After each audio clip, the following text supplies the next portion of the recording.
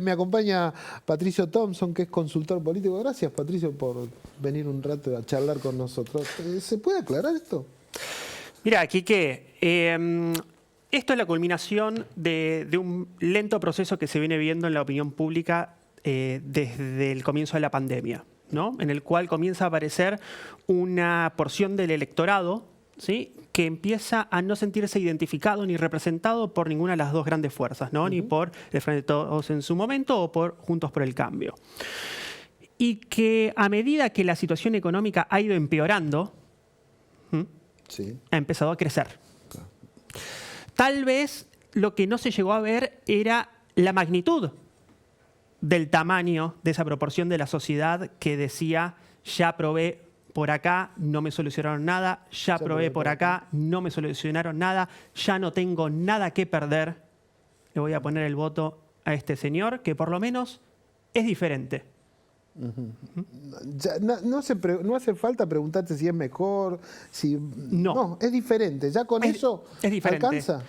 Mira, una frase que salía en un focus group que se hizo luego de las elecciones, sobre todo en jóvenes, que decía casi textual una cosa así, decía: yo no sé si me equivoco votando a Javier Milei, pero si voto a cualquiera de los otros, ya sé que me estoy equivocando. Entonces, cuando uno empieza a escuchar esas cosas, empieza a entender un poco qué es lo que está pasando. Porque ya es una cuestión donde la gran parte de la ciudadanía siente que la política tradicional está completamente disasociada de la gente. Donde la política tradicional no sufre los problemas de la misma manera que lo sufre la gente. Claro. Y donde la gente dice: ¿cómo me va a solucionar los problemas si a pesar de toda la complejidad de la situación económica que hay, ellos no sufren como nosotros?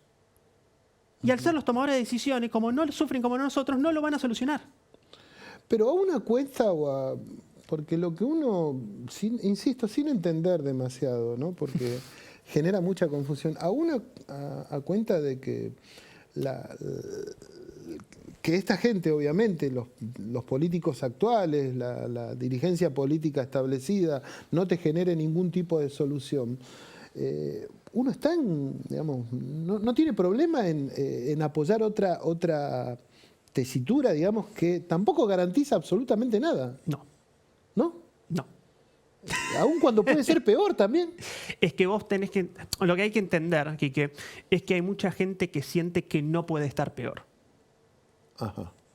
Hay mucha gente que dice: he llegado al fondo, no tengo posibilidad de subir ni de bajar, porque no queda nada más abajo, pero tampoco de subir. Es una porción del electorado a la cual, por ejemplo, viene Unión por la Patria y le dice: no, la derecha a los derechos, no, vas a perder tus derechos, vas a perder la indemnización, las vacaciones, la salud pública. Y la persona dice: ¿qué indemnización o vacaciones? Yo trabajo en negro. Claro. ¿Sí? ¿Qué salud pública si cuando voy a pedir un turno al hospital me dan dentro de 4 meses? O sea, ¿qué más se puede perder? No, bueno, se podría hacer, todavía quedan algunas cosas por perder, pero al margen. No, al margen. recordemos que acá conversamos en cuanto a percepciones, ¿no? de cómo la gente lo percibe. Luego, esa percepción puede estar en línea con la realidad o no, pero es como la gente percibe su situación actual. Y del otro lado, digo, del lado del que está manifestando, digamos, ¿hay algún tipo de percepción? ¿Se puede percibir algo, digamos? A ver, acá el problema es que se creyó, y con razón, que durante mucho tiempo la grieta era entre el peronismo y el antiperonismo. Y hoy en día la grieta es entre la política y la gente. Ajá. Cambió el eje de la grieta. Muy bueno, eso sí está bien. Entonces, la política está, por lo menos para la gran mayoría de la gente, metida en discusiones de políticos. De quiénes van a ser los candidatos, de quién va a ser el ministro de Economía, de que si esto se puede hacer, si esto no se puede hacer. Y más allá de que esta elección claramente es una elección de cambio, digamos, los resultados de las elecciones, esto ya se veía desde antes del día de las elecciones, pero ahora con los resultados puestos es mucho más claro, es una elección no de continuidad, es una elección claramente de cambio. Vos fijate que el principal problema es claramente la economía. ¿Sí? Y el primer atributo que se busca en el liderazgo para resolver los problemas de economía es la firmeza. Entonces, cuando nosotros comparamos, por ejemplo, lo que fue la interna de Juntos por el Cambio con la candidatura de Javier Milei, nos encontramos que dentro de lo que es Juntos por el Cambio, desde la percepción de la gente, Larreta tenía la economía, pero le faltaba la firmeza. Claro. Bullrich tenía la firmeza Y le faltaba la economía. ¿Quién tiene las dos? Milei. Claro. Por eso ahora Bullrich anunció con bombos y platillos la incorporación de Melconian. Claro. Porque es la manera de resguardar ese flanco débil que tiene. Ella tiene la firmeza y Melconian va a ordenar la economía. Si uno hace una lectura rápida de lo que vos me estás manifestando, yo creo que no hay vuelta atrás, digamos, vamos derecho hacia un lugar, digamos, que no tiene, nada tiene que ver con la política, digamos. O sea, con una especie de, para decirlo con nombre y apellido, con un triunfo de Milei, digamos, para decirlo así. Digo. A ver. Esto... ¿Es tan así ya, digamos, a un mes y pico de la elección? Digamos? Yo no me aventuraría a hacer pronósticos electorales, principalmente porque viendo lo que pasó la noche de las PASO, digamos, hay que ser más cauteloso que nunca. Ahora, si no cambiase nada de hoy, a la fecha de la elección general, probablemente tengamos un escenario de segunda vuelta entre Javier Milei y Sergio Massa. Si no cambiase nada. Ahora, falta un mes y medio. Pueden pasar muchísimas cosas. Las campañas todavía oficialmente no comenzaron. Vamos a tener debates en el medio, donde hay que ver también, por ejemplo, se pone en duda si Javier Milei va a participar o no. Pero faltan toda una serie de hitos, ¿sí?, que van a ir terminando de reconfigurar las preferencias electorales de los argentinos. Yo repito, si todo se mantuviese igual, hoy estaríamos en una situación de segunda vuelta entre Javier Milei y Sergio Massa. Eso no quiere decir que es lo que vaya a suceder. Sí, sí, a ver, las encuestas, no te lo voy a decir a vos, digamos, han fallado. Solo creo que un amigo en común me decía que una sola encuestadora se acercó bastante y no lo quiso decir, digamos. Pero bueno, yo antes de charlar contigo uno se pone a leer cosas y veía que consultaba la gente en Google Trend, digamos, ¿no? Sí. No sé si la leíste esa nota. Sí. Bueno, todos preguntan quién es Milei, quién es Massa, quién es Patricia Bullrich, quién es Schiaretti, quién es...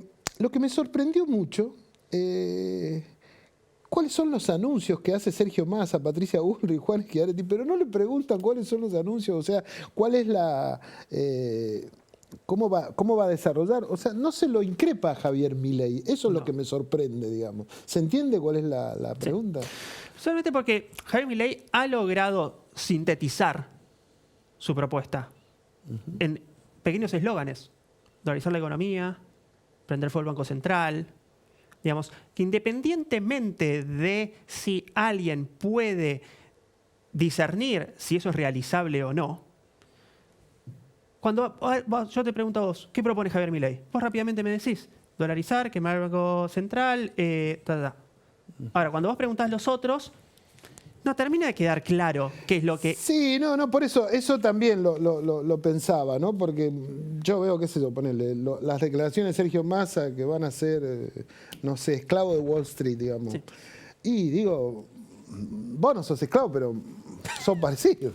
digo, no, tampoco es que le fuiste a tirar piedra a los patrulleros, digamos, ¿entendés? O sea, digo, es medio confuso en ese aspecto.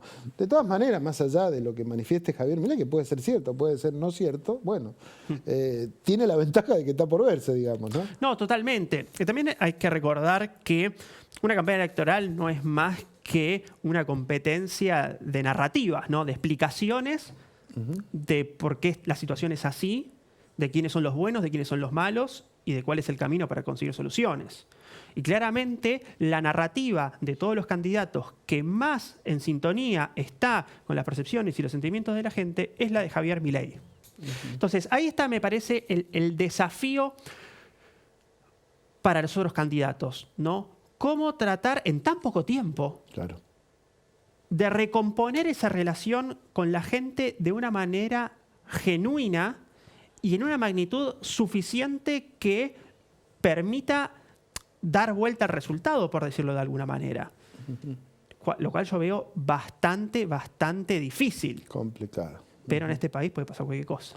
En cuanto a esto que vos manifestás de la narrativa, digamos, ¿vos crees, digamos, también, esto haciendo un poco de futurismo, que esa narrativa que manifiesta Javier Milei en el caso de llegar a la presidencia se va a trasladar a los hechos? ¿O va a quedar solo como, no sé, parte de uno más de la dirigencia política que va a quedar al lado? Bueno, eso va a depender mucho de lo que haga, ¿no? Y de cómo logre cumplir las expectativas, porque ese es otro problema. Que alguien cuando está hace tiempo en política lo sabe, ¿no? Uno se tiene que cuidar mucho de lo que propone o promete, porque después lo tiene que hacer. Claro. Y si no lo hace, digamos, se le va a pasar factura. Bueno, de hecho es lo que le está pasando a toda la dirigencia política. Exactamente. Entonces, Javier Milei, que él no tiene una gran trayectoria política, va a tener ese desafío. Bueno, ¿cómo nivelo yo las expectativas que genero en la gente con lo que después yo realmente pueda llevar a cabo? Y eso es algo que vamos viendo, digamos, en las últimas semanas, sobre todo luego del resultado de las PASO, cómo ha empezado a moderar y empieza a decir, bueno, no, dolarizar de una no, va a llevar entre 9 meses y 2 años. Sacar el cepo de una, no. Bueno, se lo va a ir sacando a medida que la dolarización vaya avanzando, ¿no? Como que empieza a bajar un poco las expectativas. No cambia radicalmente cuál es su propuesta, pero sí empieza a moderar las expectativas para justamente no, claro, en el caso de ganar, le digan, che, pero vos dijiste que ibas a abrir el cepo el primer día, no lo abriste. Che, vos dijiste que en 6 meses íbamos a estar cobrando todos en dólares. Ya pasó 1 año y no está pasando. La verdad que está bastante claro, pero a la vez confuso, digamos, que es lo que nos ha deparado. Así que... No, y sobre todo por una cosa, que es que yo creo que hubo un gran error de diagnóstico, porque uno, en base a muchos prejuicios por ahí del análisis político tradicional, hubiese dicho, bueno, ¿quiénes apoyan a Javier Milei? Y uno hubiese dicho, bueno, son jóvenes de estratos altos, sobre todo urbanos, siendo que él había, digamos, tenido su candidatura en el 2021 en la ciudad de Buenos Aires. Y la realidad nos demuestra que es todo lo contrario. O sea, hay jóvenes, pero el voto es transversal. Un variopinto, digamos. La gente, jóvenes de clase media alta lo votan, pero sobre todo el voto en las clases populares, ¿no? De jóvenes. Y el fenómeno urbano, el lugar donde arrasó Milei no fue en Ciudad de Buenos Aires o en Provincia de Buenos Aires, fue en el resto del país. Y ahí, por ahí es el último concepto que quiero dejar, esta idea de que también para que la política haga autocrítica de sí misma, esta idea de los privilegios contra los cuales va Milei. ¿Por qué Milei arrasa en el interior del país? Porque es un voto contra los privilegios del AMBA. Porque cuando sale Sergio Massa a decir no, van a sacar los subsidios a la electricidad o al transporte, la gente del interior dice, si nosotros ¿qué estamos subsidio? Pagando fortuna. Exactamente. Entonces, cuando empezás a juntar todas las piezas del rompecabezas, empezás a tener una imagen más o menos completa de qué es lo que está pasando. Yo creo que todavía nos queda mucho por andar para tratar de terminar de entender qué es lo que pasó, sobre todo ahora que esto que veíamos que se iba manifestando, finalmente se manifestó. Finalmente se manifestó, sin lugar a dudas. Patricio, te agradezco mucho tu presencia. Por favor, Quique, muchas gracias. Hincha de Boca, ¿no? Por supuesto. ¿Riquelme o del otro? No digo nada, ahí. Nos quedamos ahí. En la Boca, el más grande es Román. Quedó claro. Patricio Thompson, consultor político bastante claro en todos los aspectos. Vamos a una pausa y